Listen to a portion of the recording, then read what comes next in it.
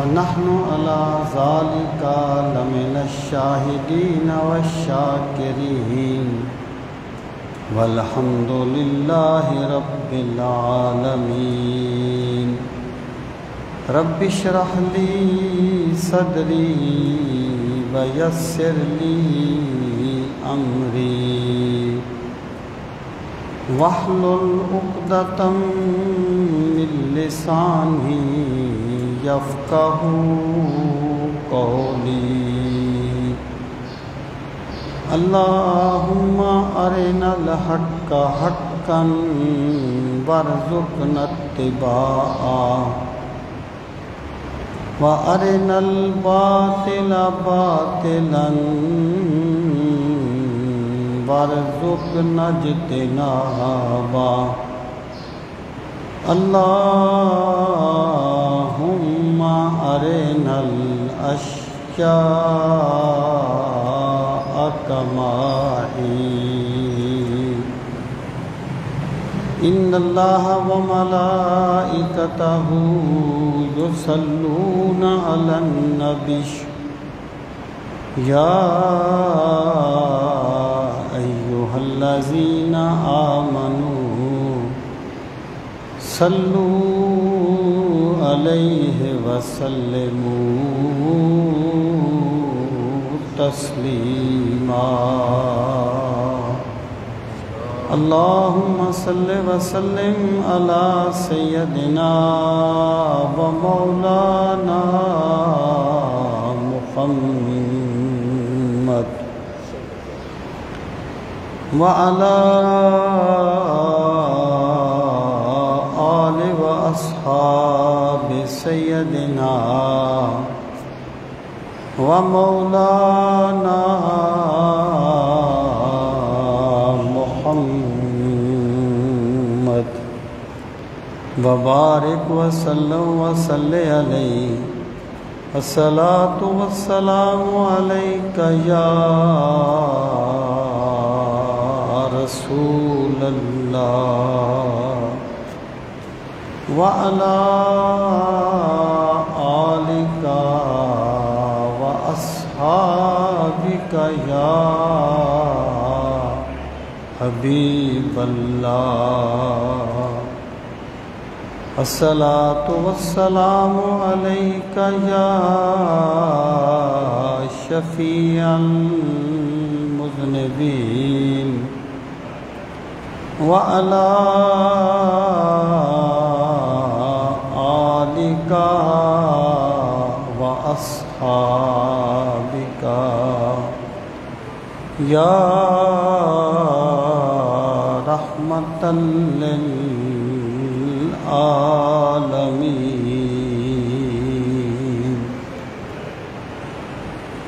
انتہائی عزت و احترام کے لائق قابل تکریم معزز و محترم سامعین اکرام، جمعۃ المبارک کے اس بابرکت موقع پر میں آپ کی خدمت میں جو گزارشات کرنا چاہتا ہوں ان کا عنوان یہ ہے کہ تعلقات کس طرح بچائے جاتے ہیں. سامعین محترم، دین نے یا اسلام نے اس چیز کی ترغیب دی گئی، بلکہ اس چیز کا حکم دیا گیا کہ انسان کو چاہیے کہ وہ اپنے عزیز و اقارب سے، اپنے جاننے والوں سے قطع تعلق ہی نہ کرے، بلکہ صلہ رحمی کرے. اور پھر یہ بھی ایک حقیقت ہے کہ زندگی میں ایسے مواقع آ جاتے ہیں جب کوئی بندہ ایسا معاملہ کرتا ہے کہ بندے کا دل اس سے ٹوٹ جاتا ہے. اس صورتحال میں بہتر تو یہی ہے کہ بندہ اس کی زیادتی کے جواب میں بھی اس کے ساتھ بھلائی کرے، یا پھر کم از کم یہ ہے کہ وہ روٹین کی سلام دعا ضرور رکھے، قطع تعلقی سے سختی سے منع کیا گیا ہے۔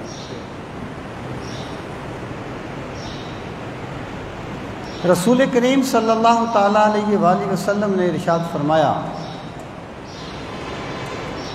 کہ جو بندہ یہ چاہتا ہے کہ اللہ تعالیٰ اس کے رزق میں برکت دے اور اس کی زندگی میں برکت دے، فَلْيَصِلْ رَحِمَهُ، اسے چاہیے کہ وہ صلہ رحمی کرے، یعنی تعلقات کو جوڑے۔ دیکھیں یہ دنیا ہے، وہ کسی نے کہا تھا کہ خدا کا شکر کر صوفی، خدا کے ہاتھ ہے روزی، اگر یہ حق بھی بندوں کو دیا ہوتا تو کیا ہوتا۔ یہاں اللہ تعالیٰ ہر بندے کا رازق ہے، کوئی بندہ کسی کا رازق نہیں ہے۔ جیسے ہم پنجابی میں کہتے ہیں ہر بندہ اپنے گھر سے کھاتا ہے۔ تو جب ایک بندہ یہ سمجھ لے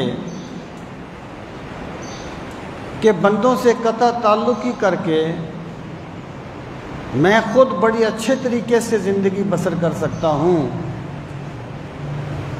تو اگر وہ اچھے طریقے سے زندگی بسر کر بھی لے، پہلی بات تو یہ ہے کہ جو بندہ دشمنی کی نفسیات میں جیتا ہے اس کے دل کا سکون غارت ہو جاتا ہے۔ جو انتقامی نفسیات میں جیتا ہے وہ کبھی بھی سکھ کی نیند نہیں سوتا۔ یہ گراؤنڈ ریالٹیز ہیں۔ دوسری بات یہ ہے کہ اگر بالفرض وہ بہت اچھی زندگی بسر کر لے، کوئی اسے ٹینشن نہ ہو اور کوئی اسے کسی کی ضرورت نہ ہو، میں مثال دے رہا ہوں، تب بھی اس نے اسلامی نقطہ نظر کے مطابق اچھا نہیں کیا۔ پہلی بات تو یہ ہے کہ انسان جو ہے نا، یہ اپنی فطرت اور جبلت کے اعتبار سے مدنی الطبع ہے، یہ معاشرے کا محتاج ہے زندگی بسر کرنے میں،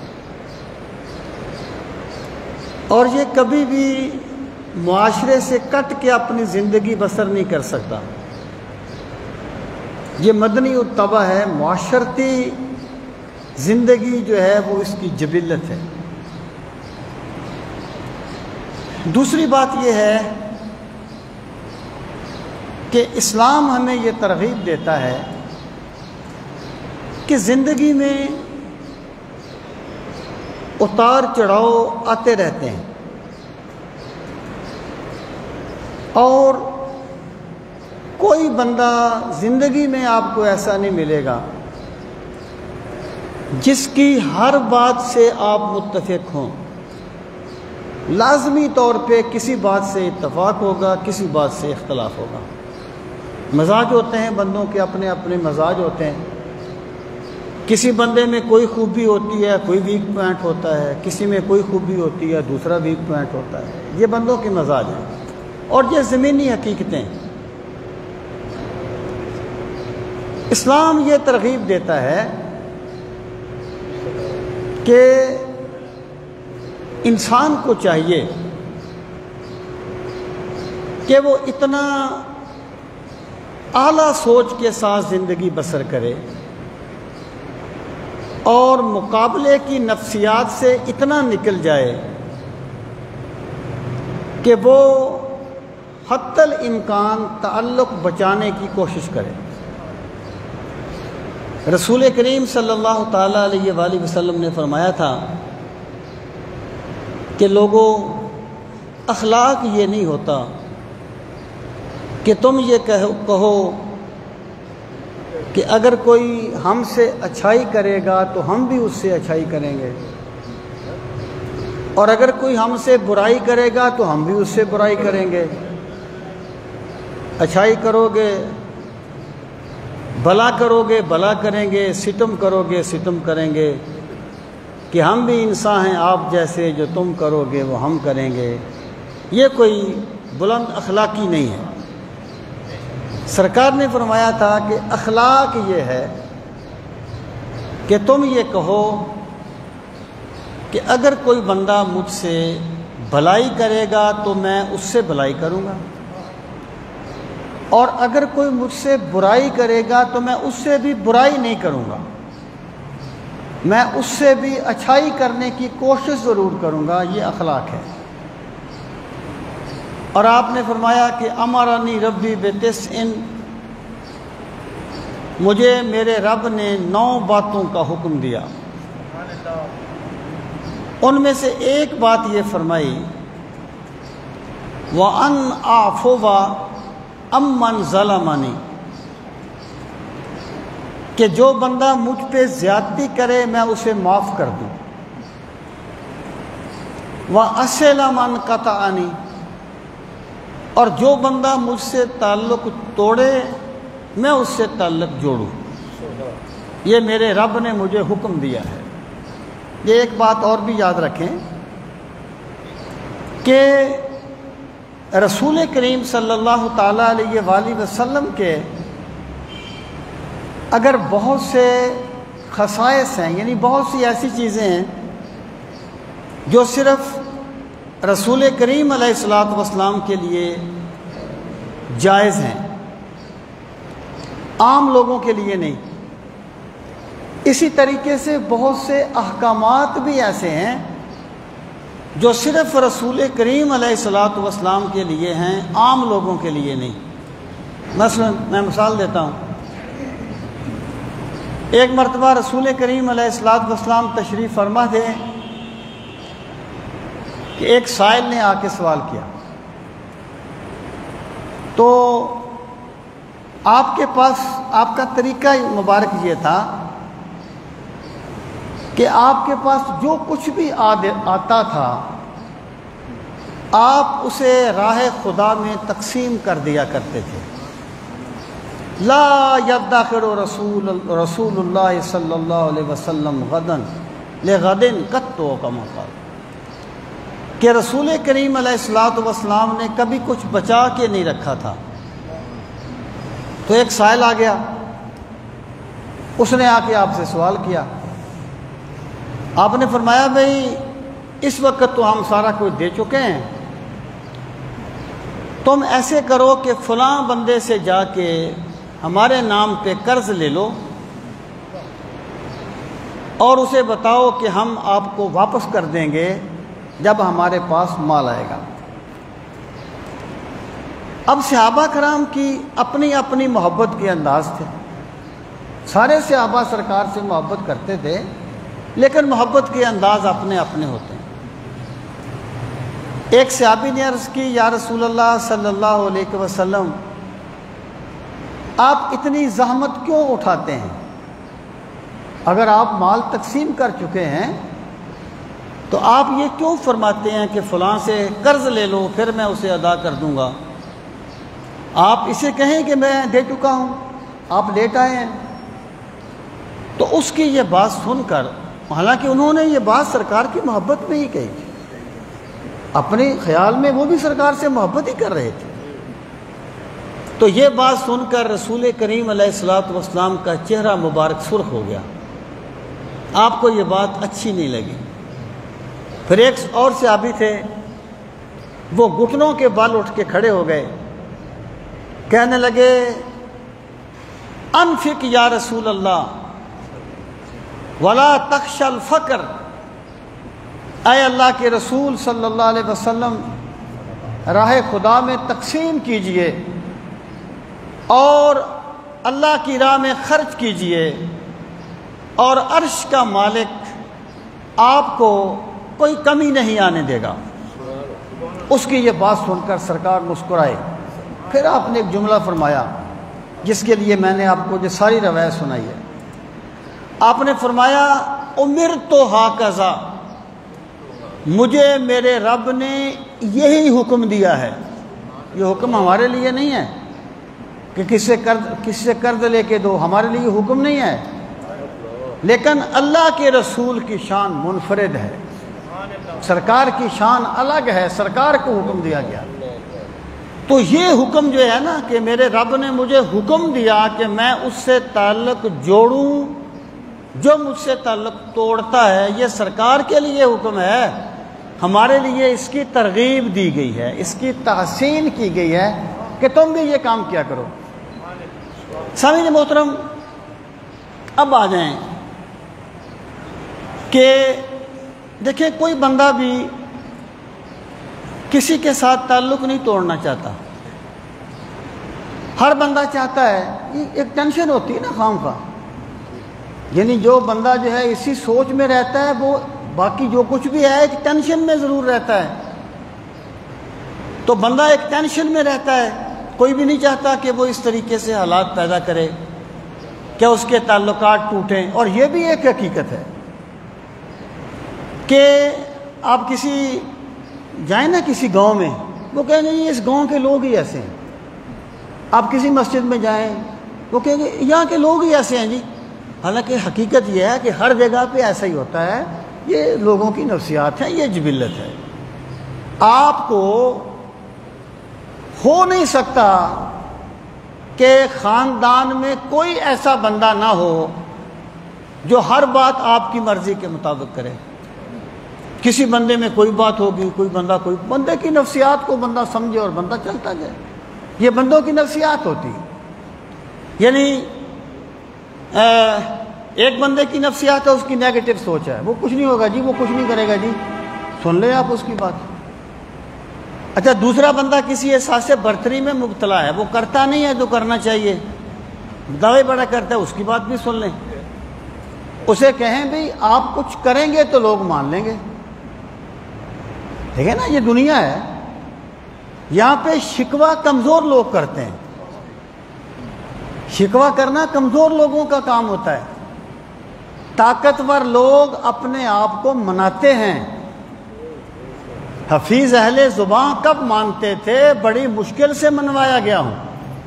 یہاں لوگ جو کام کرتے ہیں لوگ انہیں مانتے ہیں، جو کام نہیں کرتے وہ لاکھ شکوے کرتے رہیں، ان کا کام ہی شکوے کرنا ہے، کرتے رہیں، کیا ہوتا ہے. سامعین محترم، اب میں یہ عرض کرنا چاہتا ہوں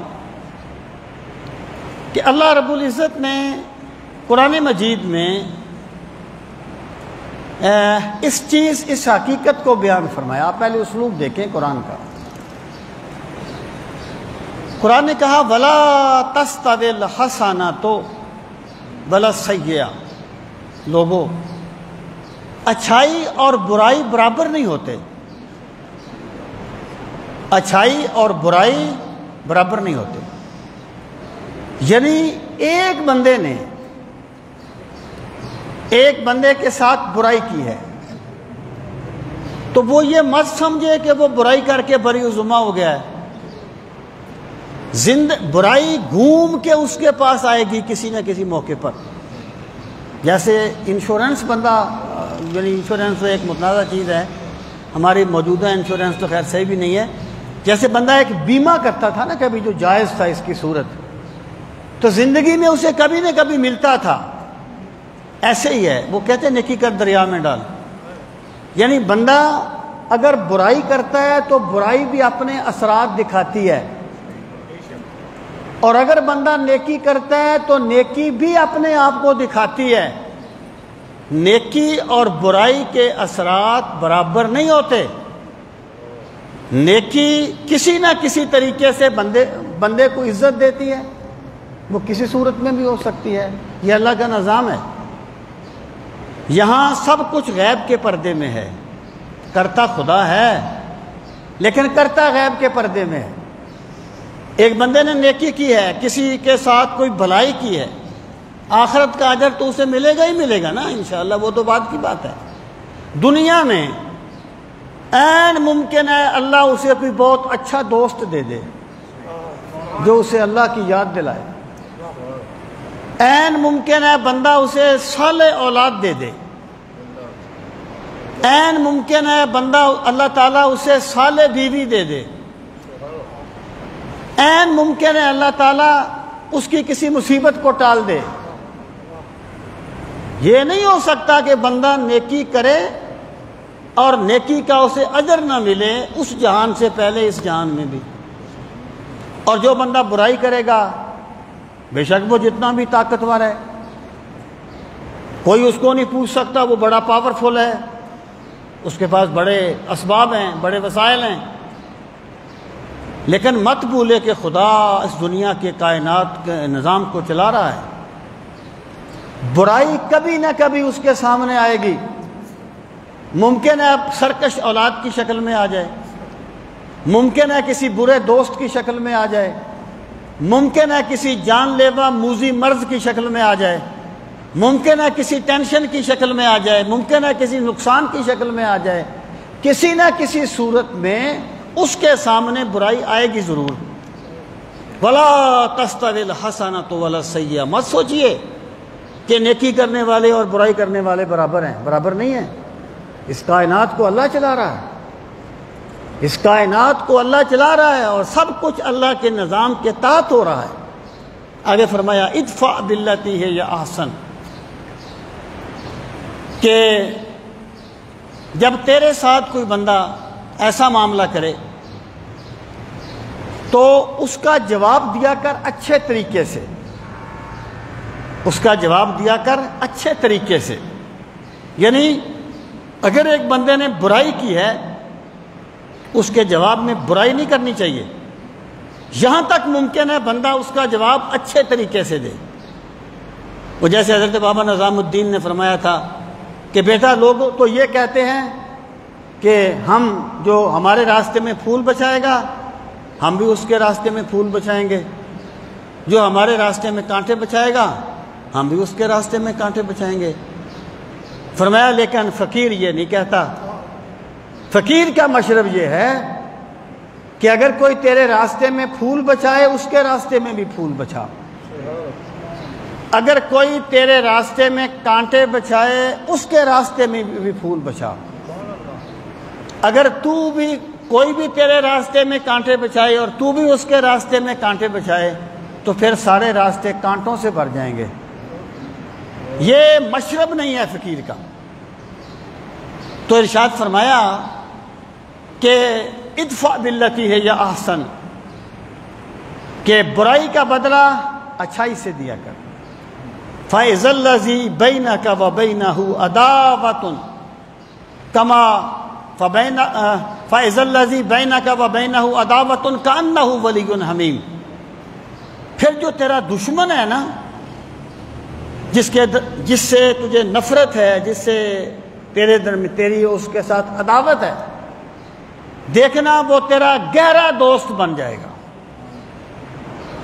یعنی دیکھیں دلوں کی اپنی دنیا ہے، دل جبر سے مطیع نہیں ہوتے۔ جو بندے یہ سمجھتے ہیں نا کہ معاف کرنا کمزوروں کا کام ہے، انہوں نے دین کو سمجھا ہی نہیں ہے۔ معاف کرنا کمزوروں کا کام نہیں ہے، ہاں دین یہ کہتا ہے کہ پہلے اپنے آپ کو قوی کرو، اس کے مقابلے میں آؤ، تاکہ جب تم معاف کرو تو وہ یہ نہ سمجھے کہ اس نے مجھے اپنے کمزور ہونے کی وجہ سے معاف کیا ہے۔ پہلے اپنے آپ کو قوی کرو، جب تم بدلہ لینے کی طاقت رکھو تو پھر معاف کر دیا کرو۔ رسول کریم صلی اللہ تعالیٰ علیہ وآلہ وسلم نے مکی زندگی میں آپ نے کبھی نہیں کہا تھا مشرکوں کو کہ میں تمہیں معاف کرتا ہوں، کیونکہ زمینی حقیقت کیا تھی؟ وہ کہتے جی آپ ہم سے لڑائی بھی تو نہیں کر سکتے، ہم زیادہ ہیں، ہمارے پاس طاقت ہے۔ مکی زندگی میں آپ نے نہیں کہا، لیکن مدنی زندگی میں جب آپ تشریف لے گئے اور فتوحات کے دروازے کھل گئے اور مکہ فتح ہو گیا، اور وہ جو بڑے بڑے سردار تھے یا بدر میں مارے گئے تھے یا گردنیں جھکا کے سرکار کے سامنے بیٹھے ہوئے تھے، اس وقت آپ نے فرمایا تھا جاؤ میں تمہیں معاف کرتا ہوں۔ یہ دین ہے۔ دین یہ نہیں کہتا کہ کمزور بن کے عزت کی بھیک مانگتے رہو۔ دین یہ کہتا ہے تمہیں اللہ نے جو وسائل دیے ہیں انہیں استعمال میں لاؤ، اپنے آپ کو مضبوط کرو، اور اگر تم بدلہ لینے کی طاقت کے باوجود بھی اسے معاف کر دو تو یہ تمہاری عظمت ہوگی، یہ تمہاری کمزوری نہیں ہوگی۔ اور رسول کریم علیہ الصلوۃ والسلام نے فرمایا تھا کہ جو بندہ بدلہ لینے کی طاقت رکھتا ہے اور پھر معاف کر دیتا ہے کہ اللہ تعالیٰ کو معاف کرنا پسند ہے، ملا اللہ قلبہ امنا و ایمانا، اللہ تعالیٰ اس کے دل کو امن سے بھر دیتا ہے، اللہ تعالیٰ اس کے دل کو ایمان سے بھر دیتا ہے۔ سامعین محترم، اور رسول کریم علیہ الصلوۃ والسلام نے یہ بھی فرمایا وَمَا زَادَ اللَّهُ بِعَفْوٍ إِلَّا عِزًّا، آپ نے قسم کھا کے فرمایا تھا، چند چیزیں فرمائی تو ان میں سے ایک چیز یہ کہ جو بندہ، یہاں پر عفون کے دو مطلب ہیں۔ ایک مطلب یہ ہے اپنی غلطی پر معافی مانگ لینا، یہ بھی بڑے بندوں کا کام ہوتا ہے۔ اپنی غلطی کو تسلیم کرنا کمزور بندوں کا کام نہیں ہوتا، یہ نفس پرستوں کا کام نہیں ہوتا، یہ ذات کی پوجا کرنے والوں کا کام نہیں ہوتا۔ اپنی غلطی کو معاف کرنا، اپنی غلطی کو تسلیم کرنا بڑے بندوں کا کام ہوتا ہے۔ یا تو اس کا مطلب یہ ہے کہ جو بندہ اپنی غلطی کو تسلیم کر لے اور اس پر سوری کر لے، اللہ اس کی عزت میں اضافہ فرما دیتا ہے۔ ما زاد اللہ بعفو الا عزا، اللہ تعالیٰ عفو کرنے والے کی عزت میں اضافہ کرتا ہے۔ اور دوسرا اس کا مطلب یہ ہے کہ جو بندہ کسی کو معاف کر دیتا ہے اللہ اس کی عزتوں میں اضافہ کر دیتا ہے۔ یقین جانیے بدلہ لینے والے کی عزتیں اگر ہوں بھی وقتی ہوتی ہیں، اور معاف کرنے والے کی عزتیں دائمی ہوتی ہیں۔ ہمیں رسول کریم علیہ الصلوۃ والسلام کی یہ سنت بھی یاد رکھنی چاہیے کہ آپ نے، صحابہ کہتے ہیں، آپ نے کبھی اپنی ذات کے لیے کسی سے بدلہ نہیں لیا تھا۔ دین کا معاملہ ہو الگ بات ہے، دین میں کوئی کمپرومائز نہیں، لیکن ذات کے لیے کبھی بدلہ نہیں لیا، یہ بھی سرکار کی سنت ہے۔ اور ادھر وتیرہ یہ ہوتا ہے کہ دین پہ کمپرومائز ہوتے ہیں، لیکن ذات کے دشمن کو معاف نہیں کیا جاتا۔ تو فرمایا فرمایا کہ ادفع باللتی ہی احسن فاذا الذی بینک وبینہ عداوۃ کانہ ولی حمیم، کہ برائی کا بدلہ اچھائی سے دیا کر، تب جو تیرا دشمن ہے نا وہ تیرا گہرا دوست بن جائے گا، وہ تیرے پاس دوست بن کے آئے گا۔ آگے فرمایا وما یلقاها الا الذین صبروا، ہاں سے یہاں کیا مراد ہے؟ جس کا ذکر پہلے گزرا ہے، ضمیر ہے، کہ یہ جو سوچ ہے نا کہ میں نے برائی کے بدلے میں اچھائی کرنی ہے، میں نے برائی کے بدلے میں برائی نہیں کرنی، برائی کے بدلے میں اچھائی کرنی ہے، یہ جو سوچ ہے یہ اللہ ان کو دیتا ہے جو حق پر صبر کرنے والے ہوتے ہیں۔ وما یلقاها الا الذین صبروا، اور یہ چیز نہیں دی جاتی مگر ان کو جو صبر کرنے والے ہوتے ہیں۔ صبر کہتے ہیں حق کے لیے ڈٹ جانے والے۔ وما یلقاها الا ذو حظ عظیم، اور اللہ یہ سوچ انہی کو دیتا ہے جو مقدر کے سکندر ہوتے ہیں، جو بڑے نصیب والے ہوتے ہیں، ان کو اللہ یہ سوچ دیتا ہے۔ سامعین محترم، تو اسلام کی ترغیب یہ ہے کہ انسان کو چاہیے کہ وہ حتی الامکان قطع تعلقی سے بچے، قطع تعلقی کی اجازت نہیں ہے. یہ نقطہ میں ذرا بعد میں عرض کرتا ہوں. اب آ جائیں اس چیز پر کہ کس طریقے سے. دیکھیں بات یہ ہے کہ بندے کے وجود پر جو حکمرانی ہے وہ اس کی سوچ کی ہے. وجود اس کا غلام ہے، یعنی وجود پورا اس کا غلام ہے. بادشاہ کیا ہے؟ اس کی سوچ. بندے کی سوچ ایک کام کہتی ہے، بندہ کرتا ہے، بے شک جتنا مشکل ہو اس کے لیے کرتا ہے. تو وہ واصف علی واصف نے کہا تھا نا کہ پریشانی حالات سے نہیں خیالات سے پیدا ہوتی ہے. ہم ذرا کمزور لوگ ہیں، تھوڑا سا اس کو ہم ایزی کر لیتے ہیں کہ جتنی پریشانیاں خیالات سے آتی ہیں اتنی حالات سے نہیں آتی. یعنی یہ بھی تو ایک گراؤنڈ ریالٹی ہے نا کہ بندے کے حالات بھی تو اسے پریشان کر دیتے. وہ کوئی باڈی، کوئی فنا فی اللہ، کوئی وصال یار کا درجہ پانے والے لوگ ہوں تو ان کی الگ بات ہے. میں اپنی بات کر رہا ہوں. سامعین محترم، اب آپ آ جائیں کہ تعلق کیسے بچے گا. یہ تو حقیقت ہے کہ یہ ہو نہیں سکتا کہ آپ کی برادری میں کوئی ایسا بندہ نہ ہو جو آپ کو زہر نہ لگتا ہو.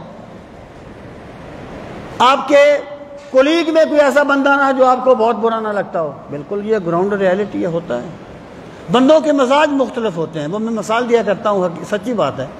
ذرا اس میں وہ ہلکی پھلکی بات ہے کہ میرا ایک دوست تھا، اللہ اس کے مغفرت کرے، دنیا سے چلا گیا. اگر کبھی میں نے اسے یہ کہا کہ مجھے اتنے پیسوں کی ضرورت ہے، اس نے کہا جی بات ہی کوئی نہیں. وہ کوئی بہت بڑا لینڈ لارڈ نہیں تھا، لیکن اس نے کبھی مجھے انکار نہیں کیا تھا. بالکل. اچھا، لیکن دوسری بات کیا تھی کہ اگر ہم نے کبھی مل کے چائے پی ہے نا تو اس نے پیسے نہیں دینے. اگر کبھی سفر کیا ہے، کرایہ کتنا 10 روپے 15 روپے، اس نے وہ نہیں دینے. یہ اس کا مزاج تھا. میں اس کے مزاج کو سمجھ گیا تھا. ایک میرا دوست ہے، اب بھی ہے، اللہ اسے خوش رکھے. اسے میں کہوں چل بھی کھانا کھلا، وہ کہے گا چل جی میریٹ میں چلتے ہیں. اسے میں یہ کہوں کہ یار میرا بٹوا گھر رہ گیا ہے، مجھے 100 روپے کی ضرورت ہے، وہ کہے گا یار ہے نہیں. مزاج ہے نا اس کا. تو مجھے چاہیے کہ میں سمجھوں اس بندے کا مزاج کیا ہے. اور بھائی اگر اس طریقے سے چھوڑتے جائیں گے تو کس کس کو چھوڑیں گے. اور ایسا کیا اس نے اپنے شعر سنایا تھا کہ اینا سچ نہ بول کے کلا رہ جاویں، 2-4 کے بندے چھڑ دے منڈا دین لے. کس کس کو چھوڑیں گے یار. اب آ جائیں سوچ کی طرف. میں آپ کو مثال دیتا ہوں، کبھی سیرت کا مطالعہ گہرائی میں جا کے کریں. پرابلم یہ ہے کہ ہماری ترجیحات جو ہے نا وہ سیرت کے معاملے میں بھی بہت قابل غور ہیں.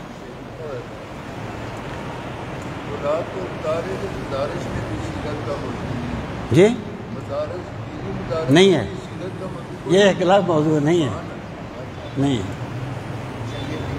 یہ صحیح بات ہے. یعنی بینگ سبجیکٹ نہیں پڑھا جاتا. اور جو قرآن بینگ سبجیکٹ ہوتا ہے وہ بھی صرف گرامیٹیکل ہی ہوتا ہے. اس میں بیضاوی ہے صرف، اور بیضاوی گرامر کے اعتبار سے. بینگ سبجیکٹ نہیں ہے، وہاں بھی نہیں ہے. یہ بات صحیح ہے آپ. جی میں عرض کر رہا تھا کہ رسول کریم صلی اللہ تعالیٰ علیہ وآلہ وسلم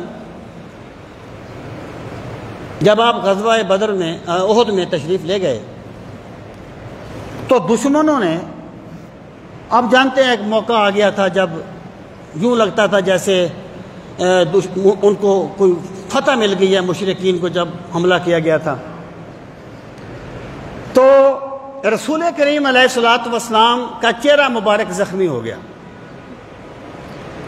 آپ کے دندان مبارک کا کنارہ ٹوٹ گیا. یعنی دندان مبارک بالکل نہیں ٹوٹے تھے، وہ حسن خراب کر دیتے ہیں، اور اللہ اپنے نبی کا حسن خراب نہیں ہونے دیتا. کنارہ ٹوٹا. صحابہ کرام نے کہا یا رسول اللہ صلی اللہ علیہ وسلم دعا فرمائیے. اللہ تعالیٰ انہیں تباہ کر دے۔ آپ نے فرمایا اللہم اہد قومی فإنہم لا یعلمون، اے اللہ میری قوم کو ہدایت دے دے، یہ مجھے جانتے نہیں ہیں۔ اب یہاں پر ہے وہ چیز، سیرت کا ایک میسج جو ہمیں سمجھنا چاہیے۔ میں کہا کرتا ہوں کہ میرا ایک بندے کے ساتھ جھگڑا ہے، پہلی بات تو یہ ہے کہ مجھ پر کون سی وحی آتی ہے کہ میرا موقف ہی صحیح ہے؟ ممکن ہے میرا موقف غلط ہو۔ یعنی جب بندہ یہ سمجھے کہ جو میں کہہ رہا ہوں وہ کسی وحی کی طرح ہے، یہی تو تکبر کی بنیاد ہے۔ بندہ یہ سمجھے بھی میں نے یہ سمجھا ہے، ممکن ہے میری رائے صحیح نہ ہو۔ اچھا فرض کیجئے گا ایک بندے کی رائے صحیح ہے دوسرے کی غلط ہے، اب دو چیزیں ممکن ہیں۔ پہلی بات یہ، اس کی پازیٹو سوچ یہ ہے کہ بندہ یہ سمجھے کہ یار وہ بندہ بات کو سمجھ نہیں سکا، اس کی عمر زیادہ ہے، وہ پریشان بھی ہو سکتا ہے، اس کے کوئی ایسے حالات بھی ہو سکتے ہیں، وہ بیچارہ میری بات کو سمجھ نہیں سکا۔ اختلاف تو رہے گا لیکن آپ اس کا گریبان نہیں پکڑیں گے، آپ نفرت نہیں کریں گے اس کے ساتھ۔ یہ جو ہے نا اللہم اہد قومی فإنہم لا یعلمون، سیرت کا پہلو یہ ہے کہ جو بندہ صحیح نہیں ہے اسے معذور سمجھ لیا جائے کہ یہ بات کو سمجھ نہیں سکا، تب بھی آپ کو اس پہ ترس آئے گا، نفرت نہیں آئے گی۔ چلو کم از کم دوسرا پہلو نیگیٹو ہے لیکن اسی پہ آ جائیں۔ بندہ یہ سمجھ لے یار یہ بے وقوف ہے، اس نے میری بات کو سمجھا ہی نہیں۔ جب اس کو بے وقوف بھی کہہ رہا ہے پھر اس کا مقابلہ تو نہ کرنا، پھر اسے بے وقوف مان اور اس کی بات پہ ری ایکشن نہ دکھا۔ جیسے کہ مولا علی نے فرمایا تھا ہر چیز کی ایک زکوٰۃ ہوتی ہے، اور عقل کی زکوٰۃ بے وقوفوں کی باتوں پر تحمل کا اظہار کرنا ہے۔ میرے بھائی جب بندہ جو ہے نا اس سوچ پہ آ جائے کہ یار یہ بات سمجھ نہیں سکا، تب بھی تعلق بچ جاتے ہیں۔ اختلاف ہونا کوئی بری بات نہیں ہے، اختلاف ہوتے ہیں، اختلاف سوچنے کی دلیل ہے، نفرت بری چیز ہے۔ تو ایک تو اس کا یہ طریقہ سنت میں بتایا گیا۔ اور سامعین محترم، جب مکہ مکرمہ فتح ہو رہا تھا، رسول کریم صلی اللہ تعالی علیہ وآلہ وسلم کا طریقہ مبارک یہ تھا، آپ ایسے کسی سفر کو مخفی رکھتے تھے اور یعنی جس کو کہتے ہیں نا شو کرنا، شو یہ کرتے تھے کہ ہم مشرق کی طرف جا رہے ہیں، زبان سے نہیں فرماتے تھے، یعنی کوئی ایسا تاثر دیتے تھے، اور جانا مغرب کی طرف ہوتا تھا۔ یہ ایک جنگی منصوبہ بندی تھی، لیکن اس کا یہ مطلب نہیں ہے کہ آپ کبھی کوئی کلمہ حق کے خلاف سوچتے بھی تھے، بولنا تو بات کی بات ہے، آپ مخفی رکھتے تھے۔ ایسی چیزوں کو مخفی رکھنا جو ہے نا یہ کمال ہوتا ہے۔ میرے ایک سینئر تھے، وہ آپس میں ایسی باتیں چلتی رہتی ہیں، تو وہ مجھے کہتے تھے آپ ان کو مت بتایا کریں کہ آپ کیا کر رہے ہیں، آپ ان سے پوچھ سر آپ کیا کر رہے ہیں۔ تو یہ ایک حکمت ہوتی ہے۔ اب ایک صحابی تھے حضرت حاتب بن ابی بلتہ رضی اللہ تعالیٰ عنہ، ان کے بچے مکہ مکرمہ میں تھے، تو ایک عورت آئی ہوئی تھی، انہوں نے ایک خط لکھ کے اس عورت کو دے دیا کہ یہ جا کر مکے والوں کو دے دینا۔ ان کا خیال یہ تھا کہ وہاں میرا کوئی قبیلہ تو ہے نہیں، تو میں اس طریقے سے مکے والوں پر ایک احسان کر دیتا ہوں، دین کر دیتا ہوں، تو وہ میرے بچوں کا خیال رکھیں۔ رسول کریم صلی اللہ تعالی علیہ وآلہ وسلم کو وحی کے ذریعے سے معلوم ہو گیا جب وہ عورت چلی گئی اور وہ عورت جو تھی نا وہ سرکار سے مدد مانگنے کے لیے آئی تھی کہ میں غریب ہوں، مشرکہ تھی، میری مدد کریں، تو سرکار نے اس کی مدد بھی فرمائی تھی۔ تو آپ نے حضرت علی المرتضیٰ رضی اللہ تعالیٰ عنہ اور ایک اور صحابی کو بھیجا کہ جاؤ اور فلاں مقام پہ تمہیں وہ عورت ملے گی، اس کے پاس خط ہے، وہ لے لو۔ مختصر بات یہ کہ صحابہ کرام وہاں پہنچ گئے، اس کو پکڑ لیا، اس نے کہا جی میرے پاس تو خط نہیں ہے۔ حضرت علی المرتضیٰ رضی اللہ تعالیٰ عنہ نے فرمایا کہ تیرے پاس خط ہونے کی خبر ہمیں اس نبی نے دی ہے جن کے کہنے پہ ہم نے اللہ کو مانا ہے اور جن کی زبان سے کبھی جھوٹ نہیں نکلا، اس لیے یا خط نکال دے یا ہم تیری تلاشی لیں گے۔ خیر اس نے خط دے دیا، خط لے کر آپ واپس تشریف لے آئے۔ اب دیکھیں یہ ایک جبلی قسم کی چیز تھی۔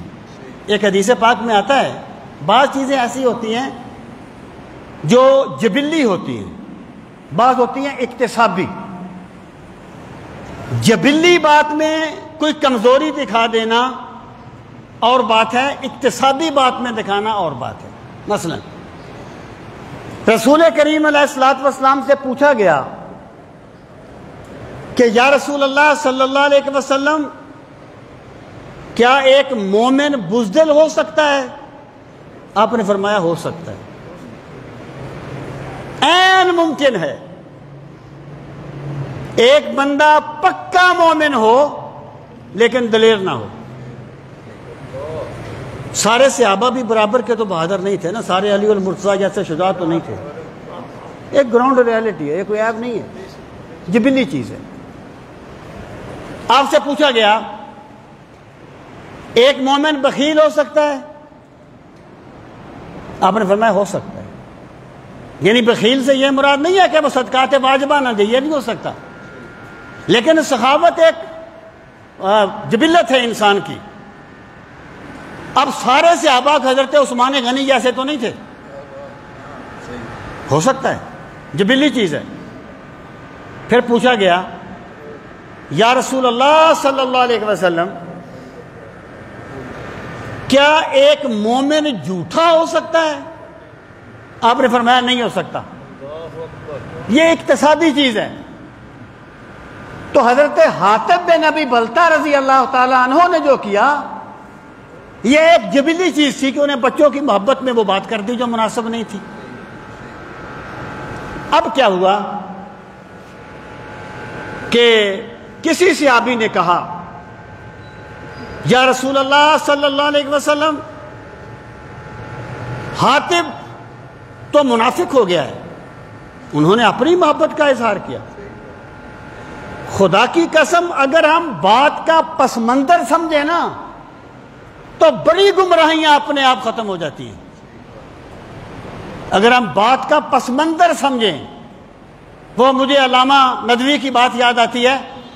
ایک مرتبہ سیدہ عائشہ صدیقہ رضی اللہ تعالی عنہ نے سرکار سے بات کی تھوڑے سے تیز لہجے میں، تو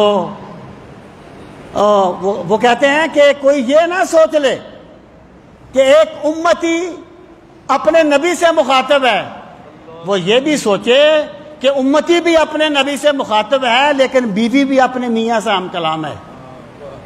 یار یہ گراؤنڈ ریالٹیز ہے نا۔ اور سرکار نے خود فرمایا سیدہ عائشہ سے ایک مرتبہ، عائشہ مجھے معلوم ہو جاتا ہے تم کب غصے میں ہو اور کب خوش ہو۔ آپ نے پوچھا، سرکار نے پوچھا عائشہ کیسے؟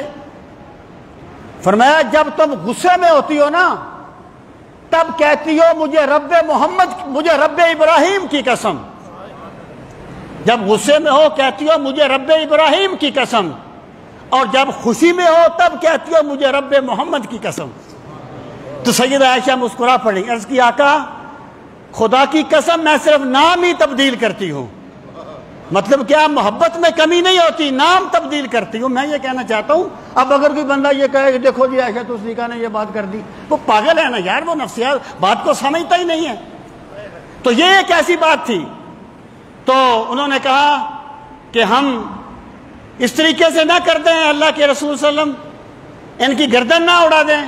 آپ نے فرمایا حاطب کو کچھ نہ کہو، اس نے بدر میں ہمارا ساتھ دیا تھا. اس کا مطلب کیا ہو گیا یار؟ اگر ایک بندے نے ایک بندے کے ساتھ 100 مرتبہ وفاداری کی ہے، ایک مرتبہ وہ امید پہ پورا نہیں اترا، تو 100 پر پانی تو نہ پھیر دو. اور کچھ تو مجبوریاں رہی ہوں گی، یوں کوئی بے وفا نہیں ہوتا. تو اگر بندہ یہ سوچے کہ بھائی اتنا پرانا تعلق ہے، اتنے موقع پہ ہم اکٹھے چلے ہیں، ایک دوسرے کے دکھ سکھ میں شریک ہوئے ہیں، اگر ایک بات میرے مزاج کے مطابق نہیں ہوئی تو کون سا آسمان ٹوٹ گیا ہے؟ اور کیوں میں ساری چیزوں کو ختم کر دوں؟ میرے بھائی اگر کوئی بندہ، اگر ہم اس چیز کو سمجھ لیں تو اس سے بھی ٹوٹتے ہوئے تعلق بچ جاتے ہیں، اور ایک انسان جو ہے وہ اپنے تعلقات کو بچا سکتا ہے. میرا ایک بزرگ تھا، دوست تو نہیں کہنا چاہیے، بڑے آدمی تھے. ایک دن مجھے کہنے لگے چشتی صاحب تعلق کیسے بچتے ہیں؟ تعلق کیسے بچتے ہیں؟ میں نے کہا سر آپ کا جو دوست ہے نا وہ آپ کا نوکر نہیں ہے. کیا آپ نے اسے کہا بھی وہاں چلیں؟ اس نے کہا یار میں ذرا مصروف ہوں. آپ ناراض ہو گئے. آپ نے کہا یہ کام کریں، اس نے کہا جی میں یہ نہیں کر سکتا، آپ ناراض ہو جائیں. آپ کا نوکر تو نہیں ہے نا، غلام بے دام تو نہیں ہے، آپ کا دوست ہے. اس کی اپنی دنیا، آپ کی اپنی دنیا ہے. مجھے کہتے ہیں ہاں بات آپ کی ٹھیک ہے، لیکن میرا یہ خیال ہے، انہوں نے کہا میرا یہ خیال ہے کہ تعلق احساس سے بچتے ہیں. تعلق احساس سے بچتے ہیں. احساس سے مراد کیا ہے؟ ایک بندہ ایک دوست کو ملنے کے لیے چلا گیا، اب وہ بغیر بتانے کے چلا گیا. میں مثال دے رہا ہوں. اب وہ کسی کام میں مصروف ہے، وہ الجھا ہوا ہے کسی کام میں. اب وہ اگر وہ بالفرض اس سے ملاقات نہ کرے تو وہ مائنڈ نہ کرے، وہ کہے یار میری غلطی ہے، یہ مصروف تھا، میں اس کو بغیر بتانے کے آ گیا. اور یہ اس کا احساس کرنا کیا ہے کہ یہ سمجھے کہ یار ٹھیک ہے میں مصروف ہوں، لیکن وہ مجھے ملنے کے لیے آیا ہے نا، مجھے اسے ملنا چاہیے. تو تعلق جو بچتے ہیں وہ احساس سے بچتے ہیں. ایک دوسرے کا احساس کیا جائے، دونوں ایک دوسرے کا احساس کریں تب تعلق بچتے ہیں. ورنہ کوئی کسی کا محتاج نہیں ہوتا دنیا میں. سب کا رازق میرا رب ہے. خدا کا شکر کر صوفی، خدا کے ہاتھ ہے روزی. اگر یہ حق بھی بندوں کو دیا ہوتا تو کیا ہوتا. اور آخری بات میں یہ کر رہا ہوں کہ یہ بھی ایک زمینی حقیقت ہے کہ جب تعلقات میں دراڑ پڑ جائے پھر پہلے والے تعلق بحال نہیں ہوتے. وہ ساگر صدیقی نے کہا تھا اب ملاقات میں وہ گرمی جذبات کہاں، اب تو رکھنے وہ محبت کا بھرم آتے ہیں. اور وہ کیا ہے کہ تو مجھ سے خفا ہے تو زمانے کے لیے آ پھر سے مجھے چھوڑ کے جانے کے لیے آ. کچھ کام پھر زمانے کے لیے کیے جاتے ہیں. میں آپ سے یہ عرض کروں گا دل جو ہے نا، دلوں کی دنیا یہ کسی کے اختیار میں نہیں ہے. یہ اپنا بادشاہ ہے. دل، ہر دل اپنی دنیا میں بادشاہ ہوتا ہے. جو قرآن کریم نے کہا نا وَلَن تَسْتَطِيعُوا أَن تَعْدِلُوا بَيْنَ النِّسَاءِ، کہ تم اپنی بیویوں میں عدل کبھی نہیں کر سکو گے۔ اس سے مراد کیا ہے؟ قلبی رجحان۔ قلبی رجحان بندے کے دل میں نہیں ہوتا، اور اللہ کے نزدیک یہ برائی بھی نہیں ہے، کیونکہ یہ بندے کے اختیار میں ہے ہی نہیں۔ جب سرکار کی طبیعت مبارک ناساز ہوئی نا، تو آپ ہر اپنی زوجہ محترمہ کے پاس ایک ایک دن تشریف فرما ہوتے تھے۔ تو آپ نے ایک دن اپنی ازواج مطہرات سے فرمایا کہ میں چاہتا ہوں کہ میں کسی ایک کے پاس ٹھہر جاؤں، کیونکہ یہ ہر روز گھر بدلنا میرے لیے ایک تکلیف کا باعث ہے۔ تو حضرت میمونہ نے کہا یا رسول اللہ صلی اللہ علیہ وسلم، ہم سمجھتی ہیں کہ آپ عائشہ کے گھر میں اقامت پذیر ہونا چاہتے ہیں۔ یا رسول اللہ، آپ ضرور اقامت پذیر ہوں، جیسے آپ کی خوشی ہے۔ سرکار کو سیدہ عائشہ سے سب سے بڑھ کے محبت تھی۔ یہ کوئی یعنی یہ بندے کی ایسی چیز نہیں ہے جس پر اللہ تعالیٰ کی بارگاہ میں یہ کوئی بری چیز ہو۔ تو اگر تعلقات میں دراڑ پڑ جائے نا، تو یہ میرا رب ہے جو بندے کو معاف کر دیتا ہے، بندہ بندے کو معاف نہیں کر سکتا۔ لیکن اگلی بات جو میں کرنا چاہتا ہوں، قطع تعلقی پھر بھی نہیں کرنی چاہیے، قطع تعلقی پھر بھی نہیں کرنی چاہیے۔ کسی محفل میں آمنا سامنا ہو جائے، سلام دعا کر لو۔ خدا کی قسم اس کو منافقت نہیں کہتے، اس کو مروت کہتے ہیں، اس کو مدارات کہا جاتا ہے۔ اور سرکار نے فرمایا ہے کہ بندہ مومن کی یہ شان نہیں ہے کہ وہ 3 دن سے زیادہ کسی بندے سے قطع تعلقی کرے۔ قطع تعلقی پھر بھی نہیں کرنی چاہیے۔ یہ نہ ہو کہ وہ ادھر کو منہ کر کے پھر چلا جائے، وہ ادھر کو نہیں، کم از کم مروت کا اظہار ضرور کرنا چاہیے۔